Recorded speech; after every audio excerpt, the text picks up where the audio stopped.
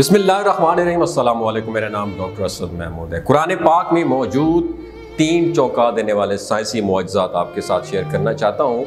मेरी इस वीडियो को आखिर तक ज़रूर देखिएगा, बहुत कुछ सीखने का मौका मिलेगा।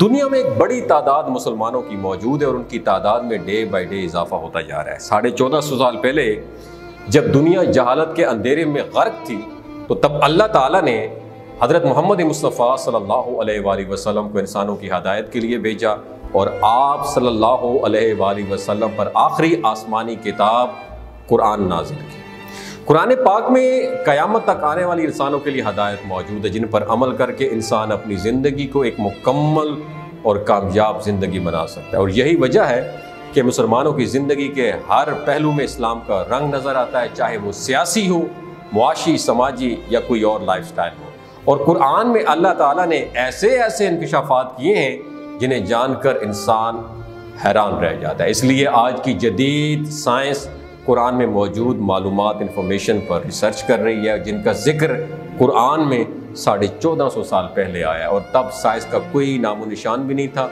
और इसी तहकीक के ज़रिए वो इस कायनात में मौजूद कई राजों से पर्दा उठा चुके हैं। साइंसदानों ने अपनी पूरी ज़िंदगी साइंस की हक़ाइक़ को जानने में गुजार दी है, लेकिन वही हक़ाइक़ आए और हक़ वही आया जो पुराने पाक में पहले से मौजूद था, जिनको आज की साइंस तस्लीम करती है। और यही वजह है कि पूरी दुनिया, ख़ास तौर पर यूरोप में मुसलमानों की तादाद बढ़ रही है। आज की इस वीडियो में हम साइंस के कुछ हक़ाइक़ आपके साथ शेयर करेंगे जिन्हें आज की जदीद साइंस भी साबित कर चुकी है।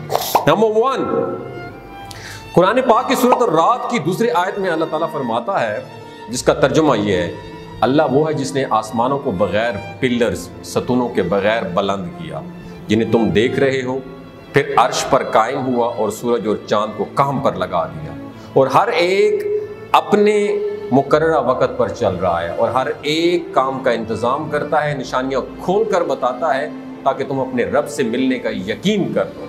नाज़रीन, कुरान वाज़े अल्फाज में हमारे निज़ाम शमसी के बारे में बता रहा है और कुरान में ऐसी कई आयात मौजूद हैं जिनमें अल्लाह ताला बयान करता है कि उसने दिन और रात बनाए, सूरज और चांद तख्लीक किए और हर उस चीज़ को भी बनाया जो अपने मुकर्ररा करदा ऑर्बिट मिदार में घूमते हैं। दोस्तों, ये वो हक़ाइक़ हैं जिन्हें आज साइंस तस्लीम करती है, लेकिन इसका जिक्र कुरान पाक में तकरीबन 1450 साल पहले आया। नंबर 2, एक और जगह पे कुरान पाक में अल्लाह ताला का इरशाद है, जिसका तर्जुमा ये कि क्यों नहीं हम तो इस बात पर भी कादिर हैं कि उसकी उंगलियों के एक एक जोड़ और पोरों तक को दुरुस्त कर दें।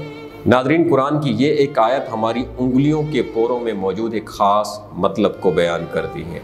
पहले इंसान से लेकर क़यामत तक आने वाले हर इंसान के फिंगरप्रिंट्स अलग अलग हैं। यहाँ तक कि जुड़वां बच्चे जिनकी ज़्यादातर आदत सेम होती हैं, उनके फिंगरप्रिंट्स भी अलग अलग होते हैं। और फिंगरप्रिंट्स को एक इंसान की शनाख्त के लिए इस्तेमाल किया जाता है, जिसे 19वीं सदी में साइंसदानों ने इस्तेमाल करना शुरू किया, क्योंकि उनका मानना था कि हर इंसान के फिंगरप्रिंट्स अलग अलग होते हैं। और यही बात कुरान ने बहुत पहले बात बता दी थी। अब नंबर 3, कुरान पाक की सूरह नहल, जो कि शहद की मक्खी के ऊपर है, उसकी आयत नंबर 69 में आया है, जिसका तर्जुमा यह है कि उसके पेट से एक पीने की चीज़ रंग बिरंगी निकलती है जिसमें लोगों के लिए तंदुरुस्ती है, बेशक उसमें निशानी है गौर करने वालों के लिए। इस आयत में शहद की मक्खी और शहद का जिक्र आया है। आज की जदीद साइंस कहती है कि शहद का 1 चम्मच रोज़ाना खाने से इंसान कई बीमारियों से बचता है और इंसान सेहतमंद रहता है। अब एक और ज़रा चौथी बात भी ज़रा आपके साथ शेयर करना, लोहे के बेशुमार फ़ायदे हैं जिसको इंसान कई तरीके से इस्तेमाल में लाता है, लेकिन कहा जाता है कि लोहा इस दुनिया के प्रोडक्शन नहीं है, बल्कि साइंसदानों का ये क्लेम है कि लाखों साल पहले जब शहाब साकिब ज़मीन से टकराए थे तो तब उनमें मौजूद लोहा भी ज़मीन पर बिखर गया। और ये आज की जदीद साइंस का दावा है, लेकिन कुरान में आज से 1450 साल पहले 9 आयात में लोहे का जिक्र आया है। अल्लाह ताला कुरान पाक में फरमाता है, जिसका तर्जुमा ये है, और लोहा पैदा किया, उसमें ख़तरा भी शदीद है और लोगों के लिए फ़ायदे भी हैं। ये सूरह अल हदीद आयत नंबर 25। कुरान पाक की सूरह अल हदीद जो है, हम सवाब की नीयत से पढ़ते हैं। सूरह अल हदीद का मतलब ये है लोहा, आयरन और फौलाद। पूरी सूरत लोहे के ऊपर है। اللہ تعالیٰ نے اس کائنات میں کوئی ایسی چیز پیدا نہیں کی جس کا کوئی فائدہ نہ ہو، چاہے وہ جاندار اشیاء ہوں یا بے جان ہو۔